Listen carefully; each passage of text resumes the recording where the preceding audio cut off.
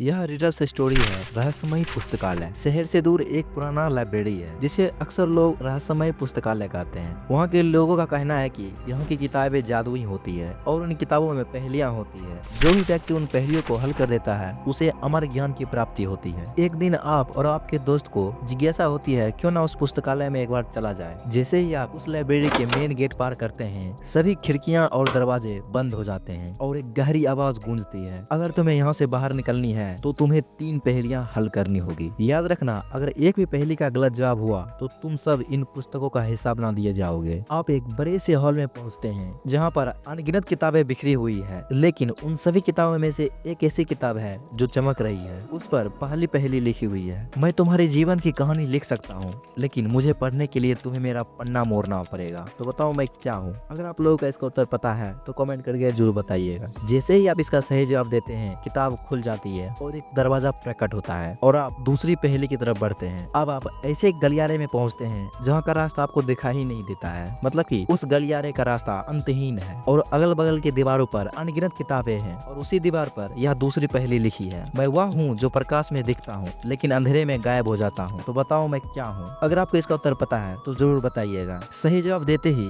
वहाँ की बालकनी छोटा हो जाता है और आप अगले कमरे में पहुँच जाते हैं। जैसे ही आप आखिरी कमरे में पहुँचते हैं वहाँ एक बड़ा सा सुनहरा पुस्तक खड़ा है और उस पर तीसरी पहेली लिखा है, मैं हमेशा बढ़ता हूँ लेकिन मुझे कभी कम नहीं किया जा सकता। मेरे पास सब कुछ है लेकिन मुझे संभालने के लिए तुम्हें समझ चाहिए। तो बताइए मैं क्या हूँ? अगर आपको इसका उत्तर नहीं पता है तो इस वीडियो का डिस्क्रिप्शन चेक कर लीजिए, आपको वहाँ इन तीनों पहेलियों का उत्तर मिल जाएगा। जैसे ही आप सही जवाब देते हैं वो जो पुस्तक खड़ा था उसका दरवाजा खुल जाता है और आप फिर से मेन गेट पर लौट आते हैं। आप और आपके दोस्त जैसे उस लाइब्रेरी से बाहर आते हैं आपके हाथ एक अजीब सी किताब लगती है जिसमें शायद अमर ज्ञान के बारे में कुछ लिखा हो।